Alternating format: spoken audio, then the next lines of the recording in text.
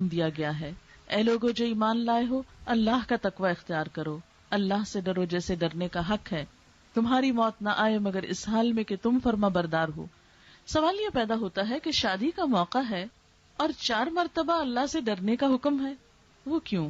عام طور پر ہم یہ سمجھتے ہیں کہ شاید شادی کی خوشیوں کا انحصار زیادہ مالدار ہونے پر ہے، زیادہ اچھا گھر اور زیادہ اچھی جاب کے ہونے پر ہے، شاید اس طرح انسان کو خوشیاں مل جاتی ہیں۔ لیکن آپ نے دیکھا ہوگا کہ بہت سے لوگ جو اچھے گھروں میں رہتے ہیں لیکن ازدواجی زندگی کے خوشی اور سکون سے محروم ہوتے ہیں، جو اچھی جاب کرتے ہیں مگر گھر کا سکون ان کو میسر نہیں ہوتا، جن کے پاس دنیا کا بڑا نام اور شہرت ہے لیکن گھر کی دنیا میں ان کے لیے ویرانی ہی ویرانی ہے۔ تو اس سے کیا پتہ چلتا ہے کہ دنیاوی مادی خوشیوں پر ازدواجی خوشیوں کا انحصار نہیں ہے۔ اس رشتے میں خوشی اسی وقت ہوتی ہے جب انسان کے دل میں خدا کا خوف ہو اور صرف اللہ سے ڈرتے ہوئے وہ دوسرے کا حق دے۔ مثلا بہت سے مقامات پر شوہر اور بیوی کو کوئی اور نہیں دیکھتا، ان کے درمیان کوئی اور نہیں موجود ہوتا، ایسے میں ایک فریق دوسرے پہ جتنا ظلم ڈھالے کوئی اور اس کا گواہ نہیں ہو سکتا، اور پھر جب وہ لوگوں کے سامنے آئے تو ایک دوسرے پہ الزام تراشی کر دے تو اس میں کوئی بھی صحیح فیصلہ نہیں کر سکتا۔ کسی بھی جھگڑے میں، کسی بھی زیادتی میں کون حق پر ہے اور کون ناحق ہے، یہ فیصلہ انسان خود کر سکتا ہے، اور اس معاملے میں سچا وہی ہو سکتا ہے جس کے دل میں خدا کا خوف ہو، جسے اس بات کا ڈر ہو کہ اس کے نامہ اعمال میں ایک ایک لفظ لکھا جا رہا ہے۔ بعض اوقات دیکھا گیا ہے شوہر اپنی بیویوں پہ بہت ظلم و ستم کرتے ہیں اور بعد میں بالکل انکار کر دیتے ہیں کہ نہیں کچھ بھی نہیں کہا، ہمارا تو کوئی قصور ہی نہیں، اور لوگ بھی نہیں مانتے۔ وہ کہتے ہیں جی ہمارے ساتھ تو یہ شخص اتنا اچھا، اتنا پولائٹ ہے، اتنا خوش اخلاق ہے، اتنا بہترین انسان ہے، یہ تو مان ہی نہیں سکتے کہ یہ کسی کے ساتھ کوئی زیادتی بھی کر سکتا ہے۔ اور دوسری طرف بیوی کا حال یہ ہوتا ہے کہ وہ اس کے ظلم تلے پسی ہوئی ہوتی ہے۔ اسی طرح وائس ورسا، بعض اوقات ایک بیوی بظاہر دیکھنے میں بہت اچھی ہو سکتی ہے لیکن شوہر کے معاملے میں اس کا کوئی دل نہیں ہوتا، کوئی اس کی اٹیچمنٹ نہیں، کوئی اس کا تعلق نہیں، کوئی خیر خواہی نہیں۔ تو ایسے میں عموماً جب تعلقات خراب ہوتے ہیں تو دیکھا گیا ہے کہ دونوں ایک دوسرے پر بسا اوقات غلط الزام لگانا شروع کر دیتے ہیں۔ اسی طرح ساس بہو کے تعلقات جب خراب ہوتے ہیں تو اس میں بھی بعض اوقات ناروا باتیں ایک دوسرے پر جڑ دی جاتی ہیں۔ ان سب چیزوں کا ازالہ اسی وقت ہو سکتا ہے جب انسان کے دل میں خدا کا خوف، جب اس کو پتا ہو کہ کسی پر الزام لگانے سے میری 60 سال کی نیکیاں برباد ہو سکتی ہیں، تو پھر انسان بھول کر بھی کسی کے اوپر جھوٹا الزام نہ لگائے اور کوئی زیادتی نہ کرے، بلکہ اپنے حق سے کم لینے پہ تو راضی ہو جائے مگر ظلم پہ کبھی راضی نہ ہو۔ اس لیے اللہ تعالیٰ بار بار اپنے سے ڈرنے کو کہتے ہیں کہ خدا سے ڈرو، خدا سے ڈر کر معاملہ کرو گے تو تمہاری زبان کسی کو اذیت نہ دے گی، تم کسی کا مال نہیں کھاؤ گے، تم کسی کو ستاؤ گے نہیں، تم کسی کے ساتھ زیادتی نہیں کرو گے۔ اور اتنا تقوی کا حکم شاید ہی کسی اور معاملے میں ہو۔ ماں اور بچوں کے درمیان تعلق میں کوئی تقوی کی بات نہیں کی گئی، بہن بھائیوں کے تعلق میں اس کا ذکر آتا ہے، لیکن سب سے زیادہ ذکر تو شوہر اور بیوی کے تعلقات میں آتا ہے۔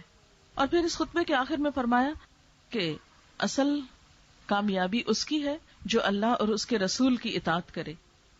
تو آئیے مختصراً دیکھتے ہیں کہ اللہ اور اس کے رسول صلی اللہ علیہ وسلم کی اطاعت اس معاملے میں کیا ہوگی، یعنی شوہر اور بیوی کو ایک دوسرے کا خیال رکھنے کے لیے کیا کرنا ہوگا۔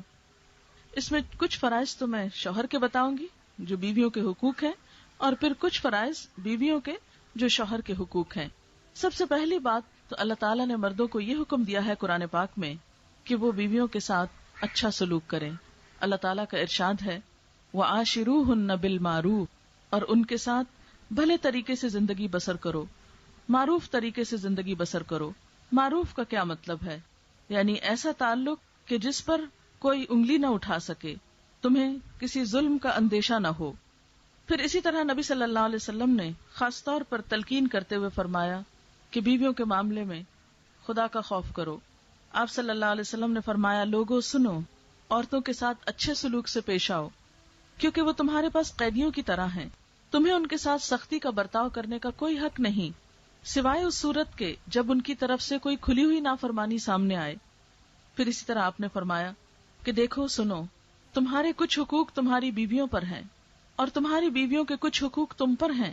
ان پر تمہارا حق یہ ہے کہ وہ تمہارے بستروں کو ان لوگوں سے نہ روندوائیں جن کو تم ناپسند کرتے ہو، اور تمہارے گھروں میں ایسے لوگوں کو نہ آنے دیں جن کا آنا تمہیں پسند نہ ہو، اور سنو ان کا تم پر یہ حق ہے کہ تم انہیں اچھا کھلاؤ اور اچھا پہناؤ۔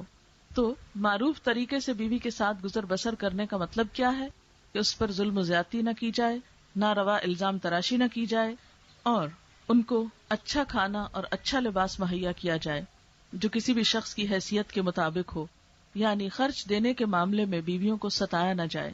اسی طرح یہ حکم بھی ہے کہ بیوی کے ساتھ اچھا گمان رکھو۔ حقیقت یہ ہے کہ گمان ہمارے تعلق کی بنیاد ہوتا ہے۔ گمان اگرچہ دل میں ہوتا ہے، لیکن تعلق یا جو ہمارا معاملہ کسی سے ہوتا ہے وہ ظاہر پر ہوتا ہے۔ یہ بالکل ایسی ہے جیسے ایک عمارت کا باہر کا حصہ تو نظر آتا ہے، اندر کی بنیادیں نظر نہیں آتی، لیکن جیسی بنیادیں رکھی جاتی ہیں ویسی ہی عمارت اٹھتی ہے۔ بالکل اسی طرح جیسا ہمارے دل میں کسی کے لیے خیال ہوتا ہے ویسا ہی ہمارا اس کے ساتھ تعلق ہوتا ہے۔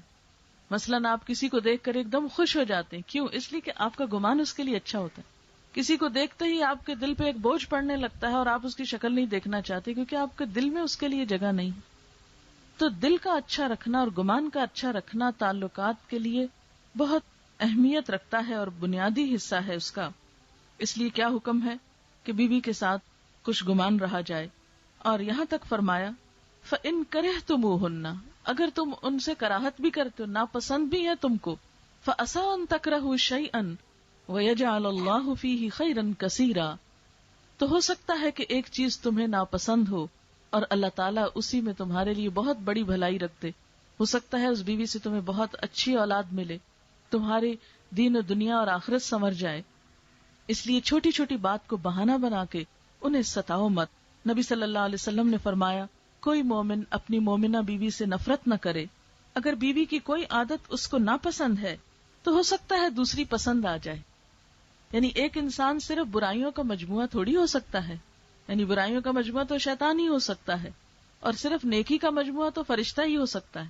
انسان تو فرشتے اور شیطان کے بیچ کی چیز ہے، اس کے اندر تو خیر بھی ہے اور شر بھی ہے، کبھی اس کا خیر شر پہ غالب آ جاتا ہے اور کبھی اس کا شر خیر پہ غالب آ جاتا ہے۔ اس لیے انسان کو انسان سمجھتے ہوئے معاملہ کرنا چاہیے اور دل بڑا کرتے ہوئے دوسروں کی خطاؤں سے، کوتاہیوں سے درگزر کرتے رہنا چاہیے۔ پھر اسی طرح حکم یہ دیا گیا کہ بیوی کو معاف کرو، عفو درگزر کی روش اختیار کرو۔ چھوٹی چھوٹی باتوں پر دل تنگ کر کے اس پر ناراض ہو جانا، موڈ آف کر لینا، یہ اچھے تعلقات کے لیے زہر قاتل ہے۔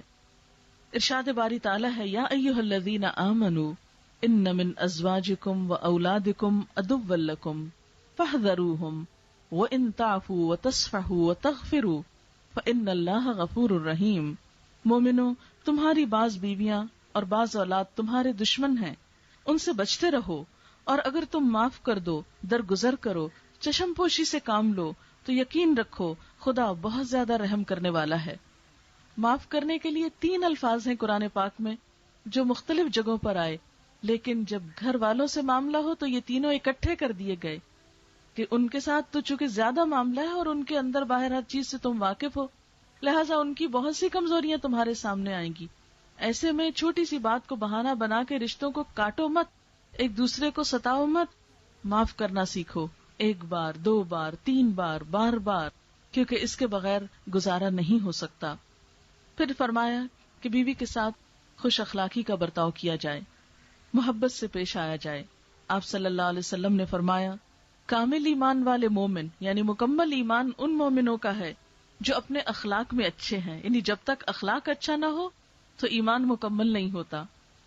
اور تم میں سب سے اچھے لوگ وہ ہیں جو اپنی بیویوں کے حق میں سب سے اچھے ہوں۔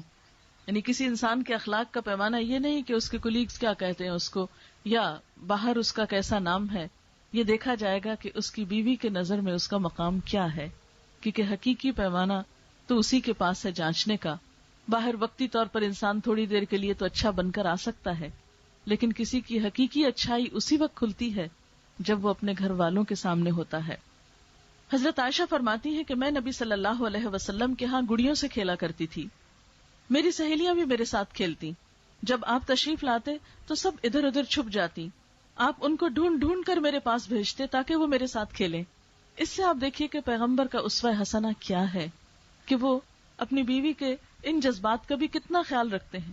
عموماً آپ دیکھیے کہ شادی سے پہلے لڑکیوں کو اپنی دوستیں بہت پیاری ہوتی ہیں، بعد میں بھی ان کا دل انہی کی طرف کھچ رہا ہوتا ہے کہ کسی طرح جائیں ملیں، لیکن ہوتا کیا ہے کہ میکے سے سسرال کا فاصلہ اور پھر سسرال سے آگے اور جگہوں کا فاصلہ، تو پیچھے لوگوں کے ساتھ مل نہیں سکتے، یا پھر یہ کہ اگر ایک شہر میں بھی رہتے ہیں تو عموماً سسرال والوں کو پچھلے رشتہ داروں اور دوستوں سے ملنا پسند نہیں آتا. یہ معلوم نہیں ہمارے معاشرے میں ایسی خرابی کیوں ہے. عموماً یہ دیکھا گیا ہے کہ بہن بھائیوں سے ملنے کو ناپسند کرتے ہیں، اگر بہو کے بہن بھائی آ گئے تو ان کو ناگواری سے دیکھا جاتا ہے، ماں باپ کا آنا پسند نہیں کیا جاتا. اسی لیے شاید ہمارے کلچر میں ماں باپ اپنے آپ کو روک کے رکھتے ہیں بیٹیوں کے گھر جانے سے. پھر اسی طرح دوستوں کا آنا پسند نہیں کیا جاتا، جبکہ حضور صلی اللہ علیہ وسلم حضرت عائشہ کی دوستوں کو ڈھونڈ ڈھونڈ کے آپ کے پاس بھیجتے تھے کہ وہ کھیل سکیں، کیونکہ ایک بیوی یا ایک عورت کے کچھ اپنے بھی جذبات ہو سکتے ہیں، کچھ اپنے بھی ہابیز اور انٹرسٹ اور کوئی پسند کی چیزیں ہو سکتی ہیں. یعنی شادی کا مطلب غلامی نہیں. ایسا نہیں کہ انسان اپنی مرضی سے کوئی بات نہ کر سکے، اپنی مرضی سے کسی کے پاس جا نہ سکے اور مکمل طور پر انسان اس طرح ماتحت ہو جائے کہ اس کی اپنی کوئی خوشی، کوئی پسند، کوئی جذباتی باقی نہ رہے. اسلام نے عورت کے جذبات کو اہمیت دی ہے. پھر اسی طرح ہم دیکھتے ہیں کہ ایک بار حج کے موقع پر حضرت صفیہ کا اونٹ بیٹھ گیا، وہ سب سے پیچھے رہ گئی. نبی صلی اللہ علیہ وسلم نے دیکھا کہ وہ زارو قطار رو رہی ہیں. آپ رک گئے اور اپنے دست مبارک سے چادر کا پلو لے کر ان کے آنسو پونچھنے لگے، اور یہ سب کے سامنے پوچھ رہے تھے. آپ آنسو پوچھتے جاتے اور وہ بے اختیار روتی جاتی. آج آپ دیکھیں کہ رونے والی عورت کو تو مزید رلایا جاتا ہے. یعنی اگر کوئی کسی وجہ سے روتا ہو تو دوسروں کی نظر میں اس کا کوئی مقام نہیں ہوتا، پسند نہیں کیا جاتا. کئی دفعہ تو ایسی بے حسی دیکھنے میں آئی ہے لوگوں میں کہ روتوں کو روتا چھوڑ کر اپنی خوشی کے اور سامان ڈھونڈ لیے جاتے ہیں. پھر اسی طرح شوہر کی ذمہ داری ہے کہ پوری فراخ دلی سے بیوی پر خرچ کرے. آپ صلی اللہ علیہ وسلم نے اس کے بارے میں فرمایا، ایک دینار تو وہ ہے جو تم نے خدا کی راہ میں خرچ کیا، ایک وہ ہے جو تم نے کسی غلام کو آزاد کرنے میں خرچ کیا، ایک وہ ہے جو تم نے کسی فقیر کو صدقے میں دیا، ایک وہ ہے جو تم نے اپنے گھر والوں پہ صرف کیا. ان میں سب سے زیادہ اجر و ثواب اس دینار کا ہے جو تم نے اپنے گھر والوں پہ خرچ کیا. عموماً یہ دیکھا گیا کہ لوگ سمجھتے ہیں شاید کسی فقیر کو دینا یا غریب کو دینا زیادہ ثواب کا کام ہے، اور گھر والوں پہ خرچ کرنا اس کا تو شاید کوئی ثواب نہیں. یہ ایک غلط تصور ہے ہمارے ہاں. چونکہ گھر والوں پہ خرچ کرنا فرض ہے تو فرض کی ادائیگی کا اجر ہے. اس کا یہ مطلب نہیں کہ غریب فقیر کو نہ دیں، ان کو بھی ان کا حق دیں، لیکن گھر والوں کو بھول کر نہیں، ان کو بائی پاس کر کے نہیں، ان کی ضروریات کو ختم کر کے نہیں، بلکہ ان کی ضروریات کو پورا کر کے. پھر اسی طرح شوہر کی ذمہ داری ہے کہ بیوی کی تعلیم و تربیت کا بھی اہتمام کرے، خصوصاً دین کی تعلیم شوہر کی ذمہ داری ہے. قرآن پاک میں اللہ تعالیٰ فرماتے ہیں، یا ایھا الذین آمنوا قوا انفسکم واہلیکم نارا، اے لوگو جو ایمان لائے ہو، اپنے آپ کو اور اپنے گھر والوں کو آگ سے بچاؤ. یعنی صرف ان کی دنیا کی فکر ہی نہیں کرو، ان کی آخرت کی فکر بھی کرو. نبی صلی اللہ علیہ وسلم نے فرمایا، جب کوئی مرد رات میں اپنی بیوی کو جگاتا ہے اور وہ دونوں مل کر 2 رکعت نماز پڑھتے ہیں تو شوہر کا نام ذکر کرنے والوں میں اور بیوی کا نام ذکر کرنے والیوں میں لکھ لیا جاتا ہے. حضرت عمر رضی اللہ تعالی عنہ جب رات کے وقت عبادت کے لیے اٹھتے تو اپنے گھر والوں کو بھی جگاتے اور پھر یہ آیت پڑھتے، وَأْمُرْ أَهْلَكَ بِالصَّلَاةِ وَاصْطَبِرْ عَلَيْهَا، اپنے گھر والوں کو نماز کا حکم دو اور خود بھی اس پر قائم رہو. یعنی شوہر کی ذمہ داریوں میں اہل خانہ کی دینی تعلیم و تربیت بھی ہے. پھر اسی طرح عورت کی بھی کچھ ذمہ داریاں ہیں. بیوی کے فرائض میں اہم ترین ذمہ داری شوہر کی اطاعت کرنا ہے. قرآن پاک میں اللہ تعالیٰ فرماتے ہیں، فَالصَّالِحَاتُ قَانِتَاتٌ، نیک عورتیں فرما بردار ہوتی ہیں، شوہر کی اطاعت کرنے والی ہوتی ہیں. نبی صلی اللہ علیہ وسلم نے یہاں تک فرمایا، کوئی عورت شوہر کی اجازت کے بغیر روزہ نہ رکھے. یعنی نفلی عبادت میں بھی شوہر کی رضامندی ضروری ہے. آپ صلی اللہ علیہ وسلم نے فرمایا، وہ لوگ جن کی نمازیں ان کے سروں سے اوپر نہیں جاتی، یعنی اگرچہ وہ بہت نمازی بھی ہوں تو نماز قبول نہیں جب تک کہ اپنا یہ عمل درست نہ کریں. اس غلام کی نماز جو اپنے آقا سے فرار ہو جائے جب تک کہ واپس نہ آ جائے، اور اس عورت کی نماز جو شوہر کی نافرمانی کرے یہاں تک کہ وہ اس سے باز نہ آ جائے. پھر اسی طرح بیوی کی ذمہ داریوں میں ہے اپنی آبرو اور عزت و عصمت کی حفاظت کرنا، تاکہ شوہر کے دل میں کوئی شک و شبہ نہ پیدا ہو. ازواجی تعلقات میں شک کا پیدا ہونا سب خوشیوں کو ختم کر دیتا ہے. اگر شوہر کو بیوی کی وفاداری اور بیوی کو شوہر کی وفاداری پہ شک ہو جائے تو زندگی حرام ہو کر رہ جاتی ہے، ساری خوشیاں ختم ہو جاتی ہیں، ساری نعمتیں ٹھنڈی پڑ جاتی ہیں. اس لیے اس معاملے میں بہت احتیاط کی ضرورت ہے تاکہ دوسرے کو تکلیف نہ ہو، بد اعتمادی نہ ہو. نبی صلی اللہ علیہ وسلم نے فرمایا، عورت جب 5 وقت کی نماز پڑھے، اپنی آبرو کی حفاظت کرے، اپنے شوہر کی فرما بردار رہے، تو وہ جنت میں جس دروازے سے چاہے داخل ہو جائے. یعنی عورت کی جنت تو اس کے گھر کی دنیا کو جنت بنانا ہے، یعنی شوہر کو خوش رکھ کر. حضرت معاذ بن جبل کہتے ہیں کہ نبی صلی اللہ علیہ وسلم نے فرمایا، خدا پر ایمان رکھنے والی عورت کے لیے یہ جائز نہیں کہ وہ اپنے شوہر کے گھر میں کسی ایسے کو آنے کی اجازت دے جس کا آنا شوہر کو پسند نہ ہو، اور گھر سے ایسی حالت میں نکلے جب نکلنا شوہر کو پسند نہ ہو. عورت شوہر کے معاملے میں کسی دوسرے کی بات نہ مانے، حتیٰ کہ شادی کے بعد پھر پیرنٹس کی بات بھی نمبر 2 پہ آ جاتی ہے. پہلی بات شوہر کے ساتھ اور اپنے گھر کے ساتھ ہے. لیکن عموماً دیکھا گیا کہ ماں باپ اپنی محبت میں بسا اوقات بیٹیوں کے گھر خراب کر دیتے ہیں، پیچھے سے ان کو بہت سی نصیحتیں کر کے جو شاید اگلے گھر والوں کے لیے اتنی قابل قبول نہیں ہوتی. جب انسان شادی کر دے تو بس اللہ کے حوالے کر دے، اچھی بات کا مشورہ دے اور بہت زیادہ دوسروں کے معاملات میں انٹرفیئرنس نہیں کرے، کیونکہ انٹرفیئرنس پیرنٹس کی طرف سے بعض اوقات دونوں کے تعلقات کو خراب کر دیتی. مثلا ماں باپ اصرار نہ کریں کہ آج تو تم ضرور ہمارے ہاں آؤ، ہو سکتا ہے شوہر کا کہیں اور لے جانے کا دل ہو. تو شادی کے بعد شوہر کا حق ماں باپ سے بڑھ کر ہوتا ہے، کیونکہ اس کے بغیر زندگی کی گاڑی نہیں چل سکتی. اگر دونوں ایک نئی زندگی، ایک نیا گھر اور ایک نیا خاندان بنانے میں ایک دوسرے کے ساتھ کوآپریٹ نہیں کریں گے، ایک دوسرے کے مددگار نہیں ہوں گے، تو زندگی کی گاڑی چلنا مشکل ہے. یہ بات عام طور پر آپ نے سنی کہ شوہر اور بیوی ایک گاڑی کے 2 پہیے ہیں، تو وہ 2 پہیے جب اپنی اپنی جگہ پر لگے ہوتے ہیں اور دونوں ہی موونگ کنڈیشن میں ہوتے ہیں، اس میں کوئی پنکچر نہیں ہوتا یا ہوا صحیح بھری ہوتی ہے، ان کی ویل بیلنسنگ ہوتی ہے، تو تبھی گاڑی صحیح چلتی ہے. تو بالکل اسی طرح گھر کی گاڑی بھی جب ہی صحیح چلتی ہے کہ جب دونوں اپنا اپنا ذمہ پورا کریں، ذمہ داری نبھائیں اور دونوں ایک دوسرے کے ساتھ کوآپریٹ کریں اور دونوں کے درمیان ایک عدل و انصاف کی فضا ہو، کسی ایک کے حقوق مارے نہ جا رہے ہوں، ورنہ گھر کی فضا خوشگوار نہیں ہو سکتی اور زندگی کا سفر بہت کٹھن اور دوبھر ہو جایا کرتا ہے. پھر اسی طرح عورت کا یہ فرض بھی ہے کہ اپنی گفتگو، اپنے لباس، اپنے اخلاق کے ذریعے شوہر کا دل جیتے. پھر شوہر کی خاص ضرورت کے لیے بھی بیوی کو انکار نہیں کرنا چاہیے، کیونکہ اس معاملے میں بھی اللہ تعالیٰ نے ناراضگی کا اظہار کیا ہے جب کوئی دوسرے کی فطری ضرورت کو نظر انداز کرے اور توجہ نہ دے. پھر اسی طرح محبت کا اظہار کرنا چاہیے. بعض اوقات ہم ایسی چیزوں کو فار گرانٹیڈ لیتے ہیں، ہم سمجھتے ہیں کہ بس شادی ہوگی اور شادی کا مطلب ہے کہ دونوں ایک دوسرے کو چاہتے ہی ہوں گے، اور دل میں چاہت ہے تو زبان پہ لانے کی کیا ضرورت ہے. بعض لوگ اس کو اپنی انا کے خلاف سمجھتے ہیں کہ ہم ایسے ہی گئے گزرے کہ ہم اپنے منہ سے ایسی بات بولیں، دوسرے کو اہمیت نہیں دینا چاہتے. لیکن یاد رکھیے کہ بعض اوقات دوسرے کو دی ہوئی تھوڑی سی اہمیت بہت بڑا کانفیڈنس دیتی ہے. اللہ تعالیٰ نے مرد کی فطرت ایسی بنائی ہے کہ اسے ایک سہارے اور ایک سپورٹ کی ضرورت رہتی ہے، اسے ایک ہمدردی کی ضرورت رہتی ہے، اور وہ ہمدردی اس کو جب بیوی کی طرف سے ملتی ہے تو اس کے لیے زندگی میں کامیابیوں کے دروازے کھول دیتی. کیوں یہ بات کہی گئی کہ ہر بڑے آدمی کے پیچھے ایک عورت کا ہاتھ ہوتا ہے، یعنی ایک مشہور محاورہ ہے، کیونکہ بیوی اگر شوہر کے ساتھ مختلف چیزوں میں کوآپریٹ کرے تو بڑے بڑے مارکے وہ مار سکتا ہے، بڑے بڑے اہم کام کر سکتا ہے. لیکن بعض اوقات آپ نے دیکھا ہوگا کہ لوگ اپنے کام میں، اپنے بزنس میں، اپنی جاب میں پوری طرح ذہنی طور پر حاضر نہیں ہوتے، اور اس میں بھی بسا اوقات پیچھے سے کوئی گھریلو ڈسٹربنس، بے چینی اور پریشانی ہوتی ہے.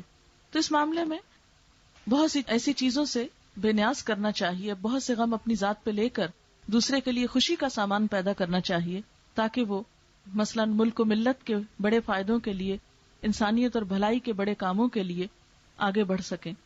ایک دفعہ کچھ خواتین حضور صلی اللہ علیہ وسلم کے پاس آئیں، ان کی ایک نمائندہ تھی. وہ کہنے لگی، یا رسول اللہ صلی اللہ علیہ وسلم، مرد تو جہاد کرتے ہیں، نمازوں میں شریک ہوتے ہیں، مسجدوں میں جاتے ہیں، بڑے بڑے کام کرتے ہیں، اور ہم گھروں میں بیٹھی بچے پالتی رہتی ہیں، ہم تو اجر اور نیکی میں بہت آگے نہیں بڑھ سکتے. تو آپ نے فرمایا کہ جب تم میں سے کوئی اپنے شوہر کی خوشی کا خیال رکھتی ہے تو گھر بیٹھ کر اس سارے اجر کو پا لیتی ہے جو شوہر باہر جا کے کما رہا ہوتا ہے. یعنی عورت کے گھر میں نماز بھی اس اجر سے کم نہیں جو شوہر مسجد میں پڑھنے کو جا رہا ہے، یا کسی بھی نیکی اور خیر اور بھلائی کے کام میں مثلاً جو لوگ آرمی کو سرو کر رہے ہیں یا کسی اور اہم عہدوں پر ہیں. اب دیکھیے اس وقت ہمارے حال یہ ہے کہ بعض اوقات آپ کسی بھی دفتر میں جائیں تو لوگ اپنی سیٹس پہ نہیں ملتے. پتہ چلتا ہے کہ جی وہ تو ہاسپٹل گئے ہوئے ہیں بچے کو لے کر. حالانکہ اگر اتنی سی ذمہ داری ایک عورت نبھا لے تو ایک مرد کے دفتر میں ہونے کی وجہ سے بہت سے لوگوں کے لیے آسانی ہو سکتی ہے. بعض اوقات چھوٹے چھوٹے جھگڑوں اور مشکلات میں پڑھ کے ملک و ملت کا بہت سا کام اور خدمت خلق کا بہت سا کام متاثر ہوتا ہے. ایسے معاملات میں بیویوں کے لیے لازم ہے کہ وہ شوہروں سے تعاون کیا کریں. پھر اسی طرح آپ صلی اللہ علیہ وسلم نے فرمایا نکاح سے بہتر کوئی چیز دو محبت کرنے والوں کے لیے نہیں پائی گئی. حضرت صفیہ کو حضور صلی اللہ علیہ وسلم سے بہت محبت تھی. ایک مرتبہ آپ بیمار ہوئے تو بہت حسرت سے بولی کاش آپ کی بجائے میں بیمار ہوتی. دوسرے لوگوں نے حیرت کا اظہار کیا تو آپ نے فرمایا یہ دکھاوا نہیں سچ کہہ رہی ہیں. یعنی ایسا نہیں کہ یہ اوپر اوپر سے کہہ رہی ہیں، ان کے دل میں بھی ایسا ہے. تو بعض اوقات دل کے جذبات کو زبان پہ لانا، ان کا اظہار کرنا بول کر یا لکھ کر، یہ ازدواجی زندگی میں ایک خوشگوار تبدیلی لاتا ہے. پھر اسی طرح شوہر کا احسان ماننا چاہیے، شکر گزار رہنا چاہیے. حضرت اسماء کہتی ہیں کہ ایک بار نبی صلی اللہ علیہ وسلم ہمارے پاس سے گزرے، میں اپنی سہیلیوں کے ساتھ تھی، آپ نے ہمیں سلام کیا اور ارشاد فرمایا تم پر جن کا احسان ہے ان کی ناشکری سے بچو. تم میں ایک اپنے ماں باپ کے ہاں کافی دنوں تک بن بیاہے بیٹھی رہتی، یعنی رشتہ نہیں آتا، ماں باپ پریشان ہوتے ہیں، پھر اللہ تعالیٰ اس کو شوہر عطا کرتا ہے، اولاد دیتا ہے. ان سارے احسانات کے باوجود اگر کسی بات پہ شوہر سے ناراض ہوتی ہے تو کہہ اٹھتی ہے میں نے تو تمہاری طرف سے کبھی کوئی بھلائی نہیں دیکھی، میں نے تو اس گھر میں کبھی کوئی خیر نہیں پایا. تو یہ ناشکری کے الفاظ ہیں جو اللہ تعالیٰ کو پسند نہیں آتے. نبی صلی اللہ علیہ وسلم نے فرمایا اللہ تعالیٰ قیامت کے روز اس عورت کی طرف نظر اٹھا کے بھی نہ دیکھے گا جو شوہر کی ناشکری ہوگی. حالانکہ عورت کسی وقت بھی شوہر سے بے نیاز نہیں ہو سکتی، یعنی جتنا بھی لڑ جھگڑ لے، لیکن اگر شوہر گھر سے چلا جائے تو چین نہیں آتا. تو اس لیے کچھ چیزوں پر اگر انسان صبر کر لے اور اپنا رویہ درست رکھے تو بہت سی مشکلات سے بچا جا سکتا ہے. اسی طرح حضرت عائشہ رضی اللہ تعالی عنہا کا طریقہ یہ تھا کہ وہ حضور صلی اللہ علیہ وسلم کو اپنے ہاتھ سے خوشبو لگاتی، آپ کے سر میں تیل لگاتی اور آپ کی خدمت کر کے خوشی محسوس کرتی. اسی طرح گھر کی دیکھ بھال اور اپنے مال و متاع کی حفاظت جو یہ بھی عورت کی ذمہ داری ہے. شوہر باہر کے کاموں کا ذمہ دار ہے تو عورت کی ذمہ داری گھر کو لک آفٹر کرنا ہے. اس کام کو خوشی خوشی کرنا چاہیے کیونکہ اس میں بھی عورت کے لیے بہت اجر ہے. حضور صلی اللہ علیہ وسلم نے قریش کی عورتوں کی تعریف کرتے ہوئے فرمایا قریش کی عورتیں کتنی اچھی عورتیں ہیں، بچوں پہ بہت مہربان ہیں اور شوہر کے گھر بار کی انتہائی حفاظت کرنے والی ہیں. نیک بیوی کی خوبیاں آپ صلی اللہ علیہ وسلم نے کچھ یوں بتائیں کہ مومن کے لیے خوف خدا کے بعد سب سے زیادہ مفید اور باعث خیر نعمت نیک بیوی ہے.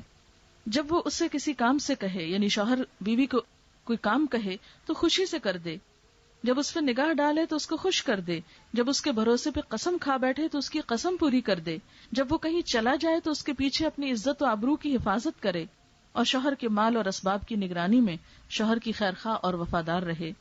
اور آخری چیز یہ ہے کہ صفائی، سلیقہ، آرائش اور زیبائش یہ تو ہے ہی شوہر کا حق. اگر کوئی عورت شوہر کے لیے کرتی ہے تو اس پر اس کے لیے اجر ہے. لیکن عام طور پر دیکھا گیا ہے کہ خواتین شوہروں کے لیے اس چیز کا اہتمام بطور خاص نہیں کرتی. بعض اوقات ان کو شکوہ ہوتا ہے کہ شوہر دیکھتے ہی نہیں، ان کو توجہ ہی نہیں، اس لیے اپریسیشن نہیں ملتی تو وہ اس چیز سے غافل ہو جاتی ہیں. اور بعض اوقات جسمانی صفائی کا خیال نہ رکھنا، لباس کی صفائی کا خیال نہ رکھنا، گھر کی صفائی کا خیال نہ رکھنا پورے ماحول کو متاثر کرتا ہے، جس سے چڑچڑاپن پیدا ہوتا ہے اور باہم خوشیاں متاثر ہوتی ہیں. اس چیز کو بھی عبادت سمجھ کر اختیار کرنا نہایت ضروری ہے. عام طور پر عورت کی زیب و زینت جو ہے وہ باہر کے لیے رہ گئی ہے، یا خواتین کی محفل میں یا بازار میں جاتے ہوئے تو اس کا بہت اہتمام ہوگا، لیکن شوہر اس کا حقدار نہیں سمجھا جاتا. تو یہ ویلیوز بدل گئی ہیں، ان کو اپنے اصل پر لانے کی ضرورت ہے. تو اللہ تعالیٰ سے دعا ہے کہ وہ ہمیں بہترین مسلمان بنائے جس میں دوسروں کے لیے خوشی کا سامان ہو. شادی کے موقع پہ جو دعا پڑھی جاتی ہے وہ پڑھ کے سنا دیتی ہوں. حضرت ابو ہریرہ فرماتے ہیں کہ نبی صلی اللہ علیہ وسلم جب کسی کے نکاح پر اس کو مبارکباد دیتے تو یوں فرماتے بارک اللہ لکا و بارک علیکما و جمع بینکما فی خیر. خدا تمہیں خوشحال رکھے، تم دونوں پر برکتیں نازل فرمائے اور خیر و خوبی کے ساتھ تم دونوں کا نباہ کرے. یہ بہت خوبصورت دعا ہے جو حضور صلی اللہ علیہ وسلم نے سکھائی ہے شادی شدہ جوڑے کو مبارک دینے کے لیے. تو آئیے ہم دعا کر لیتے ہیں. سبحان اللہ والحمد للہ ولا الہ الا اللہ واللہ اکبر ولا حول ولا قوة الا باللہ العلی العظیم. اللہم صل علی محمد وعلی آل محمد کما صلیت علی ابراہیم وعلی آل ابراہیم انک حمید مجید. اللہم بارک علی محمد وعلی آل محمد کما بارکت علی ابراہیم وعلی آل ابراہیم انک حمید مجید. ربنا آتنا فی الدنیا حسنۃ وفی الآخرۃ حسنۃ وقنا عذاب النار. ربنا لا تزغ قلوبنا بعد إذ هديتنا وهب لنا من لدنك رحمة إنك أنت الوهاب. ربنا هب لنا من أزواجنا وذرياتنا قرة أعين واجعلنا للمتقين إماما. يا حي يا قيوم برحمتك نستغيث. ربنا هب لنا من أزواجنا وذرياتنا قرة أعين واجعلنا للمتقين إماما. یا اللہ پاک جو کچھ بھی یہاں پڑھا گیا ہے اپنی رحمت سے قبول فرما. یا اللہ تو اس شادی کو بہت خوشیوں کا ذریعہ بنا، دونوں کے درمیان بہترین موافقت پیدا فرما، بہترین محبت اور باہم نباہ کی توفیق عطا فرما، دونوں خاندانوں کے لیے خوشیوں کا ذریعہ بنا. یا اللہ تو ہم سب کے دلوں میں وسعت پیدا کر دے، ہمیں ایک دوسرے کو معاف کرنے کی توفیق عطا کر، ہمارے دلوں سے حسد، بخل، بغض، نفرت اور بدگمانیوں کو دور کر دے. یا اللہ ہمارے گھروں میں خوشیاں پیدا کر دے، ہمارے ہاتھ اور زبان سے کسی کو تکلیف نہ پہنچے، ہمیں اپنی ذات پر بھروسہ اور یقین اور توکل عطا کر. یا اللہ جتنے بھی بہنیں یہاں موجود ہیں ان کے دلوں میں جو دعائیں ہیں، نیک تمنائیں ہیں، یا اللہ تو ان کو پورا فرما، ان سب کو خوشیاں عطا کر، صحت اور تندرستی عطا فرما. یا اللہ تو سب کے دلوں کو باہم جوڑ دے، ہمارے دلوں میں ایمان کا نور پیدا کر دے، ہماری دنیا اور آخرت دونوں کو بہترین کر دے. ربنا تقبل منا انک انت السمیع العلیم وتب علینا انک انت التواب الرحیم.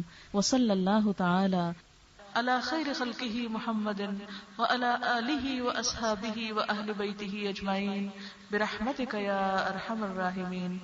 وآخر دعوانا ان الحمد للہ رب العالمین. سبحانک اللہم وبحمدک نشہد ان لا الہ الا انت نستغفرک ونتوب الیک. والسلام علیکم ورحمۃ اللہ وبرکاتہ.